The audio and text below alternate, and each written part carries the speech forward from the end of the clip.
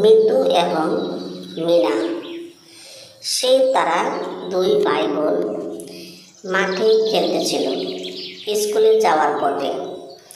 তারপর দেখুন তাদের পিছনে একটি বাঘ গ্রাউ করলো।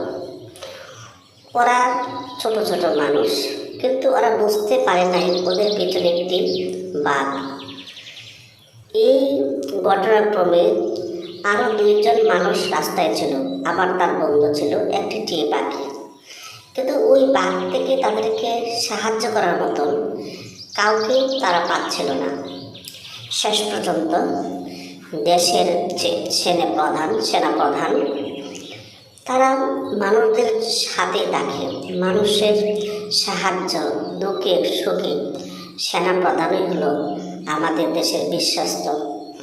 দেখুন ওই সেনাপ্রধান শেষ পর্যন্ত বাঘকে গুলি করে বাঘ মৃত্যুবরণ করল। এদিকে মিনা তার বাড়ির কাছে চলে আসলো। তো মিনা তার মার কাছে গিয়ে দাঁড়ালো এবং মার কাছে সম্পূর্ণ কথাগুলো বলতে লাগলো। প্রধান বলল, এইভাবে রাস্তায় মেয়েদেরকে রাস্তায় ছাড়বেন না, একটু খেয়াল রাখবেন, ঠিক আছে? আজকে যেভাবে বাঘ ওদের পিছনে দাওয়া করেছিল, আল্লাহ না করুক আমি না থাকলে ওদের অবস্থা খারাপ হইত। তারপর সেনাপ্রধান চলে গেল। মা ছিল গর্ভবতী। মিনা সবসময় মার খেয়াল রাখত, মাকে সাহায্য করত।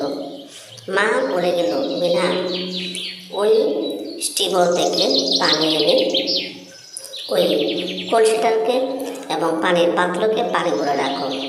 আমি কলসি পানি আনতে গিয়েছিলাম, কিন্তু আমার হাত থেকে ফসকে ভেঙে গেল মাটির কলসি।